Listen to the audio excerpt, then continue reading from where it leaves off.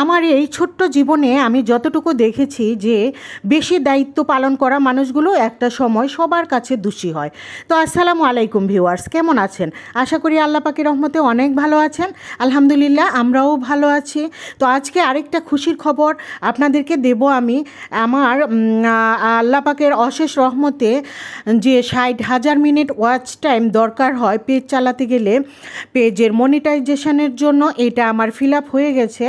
তো আপনাদের দোয়া ও ভালোবাসা আর সাপোর্ট না থাকলে এটা কখনোই সম্ভব হতো না। সবাইকে অসংখ্য ধন্যবাদ আমাকে সাপোর্ট করার জন্য। আর হচ্ছে আমার ফলোয়ার এখনও পূরণ হয়নি, ইনশাল্লাহ ফলোয়ারও পূরণ হয়ে যাবে। আর আপনাদের সাথে তো গত 15 দিন আগে আমি আরেকটা খুশির খবর শেয়ার করেছিলাম যে আমার অ্যাডস অন রিল চলে আসছে।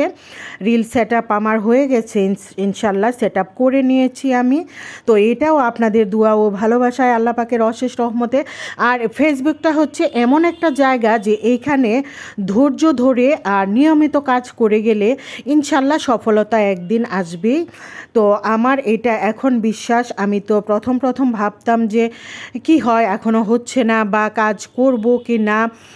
যখন পেজটা প্রথমে শখের বসে সবারই খোলা হয়, তারপরে আস্তে আস্তে মনে হয় যে সবাই তো এটা থেকে গ্রো করছে, পেজ বড় হচ্ছে, ইনকাম করছে, সবাই আর্ন করছে, আমিও দেখি পারি কি না। একটা স্বপ্ন তৈরি হয়, কাজের প্রতি ভালোবাসা হয় পেজের প্রতি। তারপর কাজ করতে করতে একটা সময় দেখা যায় যে ধৈর্য ধরে যারা এটা চালিয়ে যেতে পারে, যারা অনেক বেশি ধৈর্যশীল, তারাই এই পেজটা থেকে সফল হয় ইনশাল্লাহ। তো দোয়া করবেন ধৈর্য ধরে যেন কাজ করে যেতে পারি আর সফল হতে পারি, সফলতা অর্জন করতে পারি, এটাই আপনাদের কাছে চাওয়া। তো পুরো ভিডিওটা দেখবেন আশা করি আমার সাথে। আজকে মাছের বাজার করা হয়েছে আমার, আর পিয়ারি হচ্ছে দেখলেন প্রথমেই সিঙ্কটাকে সুন্দর করে সে মেজে ঘষে পরিষ্কার করে নিয়ে এই সিঙ্কের মধ্যে সে মাছগুলো ধুয়ে নিল। এখন আমি মাংসগুলো কেটে তারপর ধুয়ে সুন্দর করে তারপর সব মাংসে যা যা মশলা লাগে সব মশলা দিয়ে এখানে মেখে বসিয়ে দিলাম। মাংস ভালো করে কষায় নিব আমি। মাংস কষিয়ে নেওয়ার পর তারপর হচ্ছে গরম পানির ঝোল দিয়ে ঢেকে রান্না করে নিব। এই তো মাংসের তরকারি। আর পুরো রেসিপি আকারে আমি দেখাইনি, ভিডিও অনেক বড় হয়ে যাবে যেহেতু আপনাদের সাথে অনেক কথা শেয়ার করলাম। তাই আমি অল্প অল্প করে শর্টকাট কিছু রান্নাবান্না শেয়ার করব আপনাদের সাথে আজকে। এখানে হচ্ছে ছোট মাছ আমি হাতে মেখে বসিয়ে দিলাম। এই তো ছোট মাছের চচ্চড়ি। তো ভিউয়ার্স, কে কে পছন্দ করেন আপনারা ছোট মাছের চচ্চড়ি? আর এইখানে হচ্ছে আমার পিয়ারি আমাকে ডাল আর চিংড়ি মাছ বেটে দিচ্ছে, ছোট ছোট গোড়া চিংড়ি যেটা, ওইটা এটা দিয়ে পেঁয়াজুর মতো একটা বড়া করে নিব। এই বড়াটা খেতে ভীষণ মজা, এটা ভাত দিয়েও পোলাও দিয়েও খাওয়া যায়, আবার শুধু শুধুও খাওয়া যায়, খুবই মজা। কে কে পছন্দ করেন আমাকে কমেন্টে জানাবেন আপু ভাইয়ারা আমার। তো এইখানে হচ্ছে আমি পোলাও রান্না করে নিচ্ছি। তো পোলাওটাও আমার অলরেডি হয়ে গেছে, আর একটু দমে রেখে তারপর নামিয়ে নেব। সবই শর্টকাট করে আজকে দেখিয়ে দিচ্ছি। আর এইখানে হচ্ছে আমি পাবদা মাছ ভাজি করে নিচ্ছি। তো ভিউয়ার্স, পাবদা মাছ ভাজি করার সময় কিন্তু খুব বেশি গায়ে ছিটে আসে, একদম বোয়াল মাছ ভাজলে যেরকম গায়ে ছিটে আসে এরকম ছিটে আসে। তো এটা ভাজার সময় খেয়াল রাখবেন যাতে গায়ে ছিটে না আসে।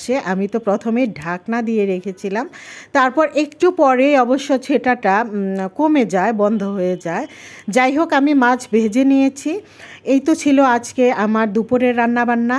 আর এইখানে হচ্ছে কালকে যে আমি কলা পাতা দিয়ে পিঠা বানাবো আপনাদের সাথে বলেছিলাম, এইটাই এখন শেয়ার করছি যে কালকে আমি গুলিয়ে রেখেছিলাম পিঠার বেটার।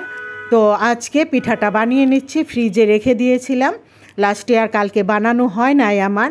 এক পিঠ হয়ে গেছে, এটাকে কলাপাতা নিচে ভারী করে 4-5টা কলাপাতা নিচে দিয়েছি, উপরে দিয়েছি 2টা কলাপাতা। তারপর আধা ঘন্টা আমি অল্প আঁচে ঢেকে এক পিঠ রান্না করেছি, আরেক পিঠ আমি আরও আধা ঘন্টা রান্না করব। একদম লো আঁচে বানিয়ে নিয়েছি, একদম সফট আর তুলতুলে হয়েছে, এমন নরম সফট হয়েছে, ভেতরটা খুব সুন্দর হয়ে সেদ্ধ হয়েছে। আর একটু কালারের জন্য আমি বসিয়ে রেখেছিলাম আর একটু কলা পাতা, তারপর নারিকেল, তালের সব কিছু মিলেমিশে যে একটা ফ্লেভার, মজার, খুবই মজার আর চমৎকার ফ্লেভার, খেতেও ভীষণ মজা।